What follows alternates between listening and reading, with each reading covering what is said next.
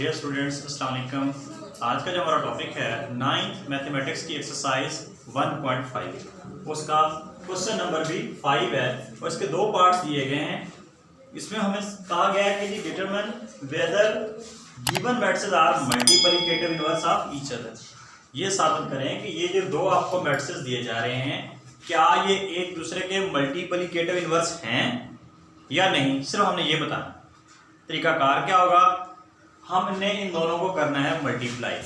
जो दो matrices given है ना उनको क्या करेंगे, मल्टीप्लाई। सपोज हमारे पास ये ए है, दूसरा क्या है बी। अगर हम इसको मल्टीप्लाई करते हैं हमारे पास आंसर आ जाता है आई मैट्रिक्स, यानी आइडेंटिटी मैट्रिक्स, जो कि क्या होता है 1 0 0 1।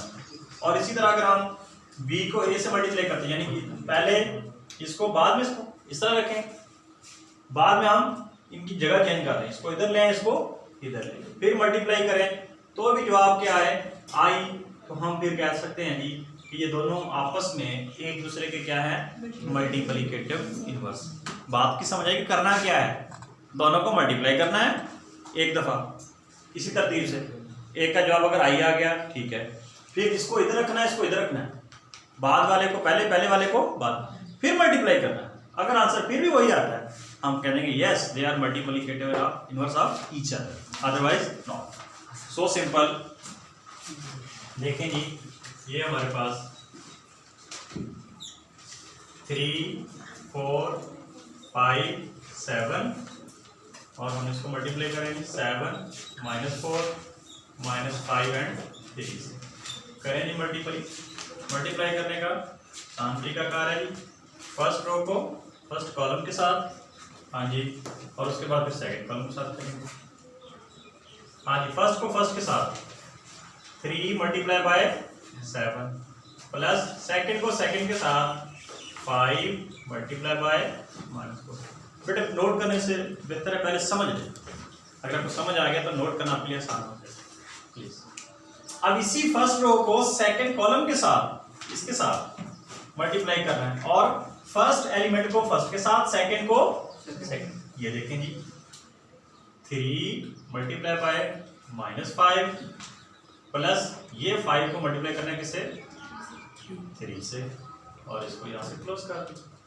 अब फर्स्ट रो का काम खत्म हो गया, यही काम आपने सेकंड रो का फर्स्ट कॉलम के साथ फिर सेकंड के साथ, फर्स्ट को फर्स्ट के साथ यानी 4 मल्टीप्लाई बाय 7 प्लस 7 सेकंड को सेकंड के साथ ये।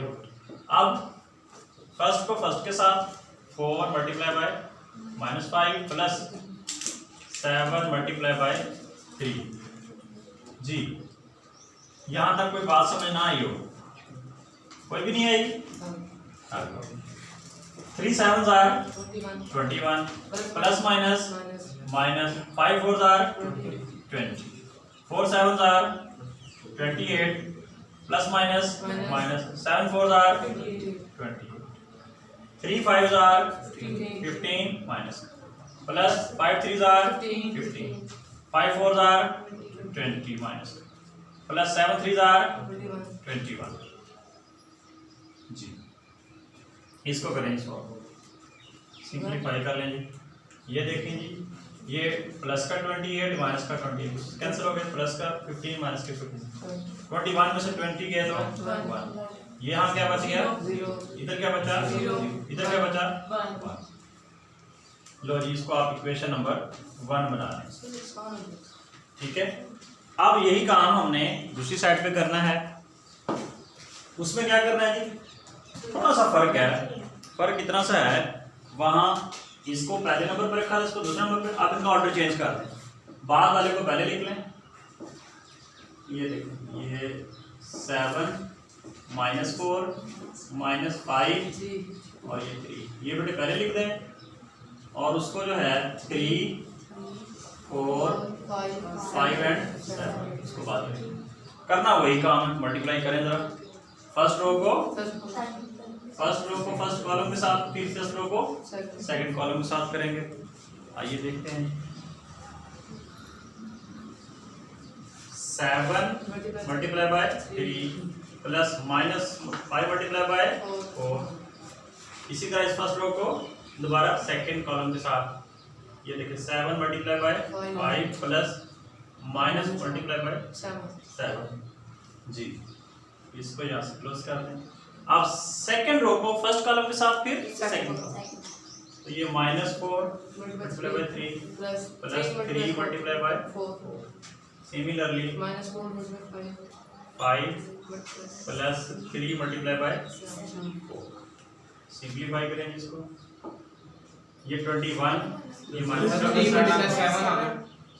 Multiply by 7। अच्छा लास्ट वाले में आप कह रहे हैं कि यहाँ जी 7 आई एम सॉरी। अच्छा जी ये माइनस का 12 बन गया, ये प्लस का यहाँ 35 प्लस का माइनस का ये माइनस का 20 प्लस का 20 सिंप्लीफाई करेंगे। यहाँ 1 बच गया, उसी तरह कैंसिल आउट करें। ये -12 इससे गया, ये इससे कैंसिल आउट गया। अब 1 0 0 1 इसको इक्वेशन क्या बना लें जी 2। आप एंड में लिखें जी रिजल्ट फ्रॉम इक्वेशन 1 एंड 2। अब देखिए ये भी क्या आ गया आई आ गया था, ये भी क्या था आई आ गया। दोनों का आंसर जो है आइडेंटिटी मैट्रिक्स आ गया। हम कह देंगे जी हैंस 1 और 2 के रिजल्ट से क्या पता चला। अब वही वाला लिखें असल 3 4 5 7 एंड दूसरा क्या था जी 7 -4 -5 D R multiplicative inverse each other. ये रिजल्ट एंड में लाजमी लिखना होता है। अक्सर बच्चे यहाँ तक छोड़ आते हैं, उसको कंक्लूजन ही उसका निकालते हैं। तो ये कंक्लूजन निकालना एग्जामिनर को ये बताना ज़रूरी होता है कि जो आपने कहा था कि इन दोनों को चेक करके बताएं कि क्या ये एक दूसरे के मल्टीप्लिकेटिव इनवर्स हैं या नहीं। Inverse multiplicative inverse of each other होने की निशानी ये थी कि दोनों का जो मल्टीप्लाई किया हमने पहले और दूसरे फिर उनकी जगह चेंज करके दोनों का अगर आंसर जो है आइडेंटिटी मैट्रिक्स यानी आई आता है तब वो एक दूसरे के मल्टीप्लिकेटिव इनवर्स होंगे, अदरवाइज नॉट। इसका जो सेकंड पार्ट है वो आप खुद करेंगे होमवर्क में।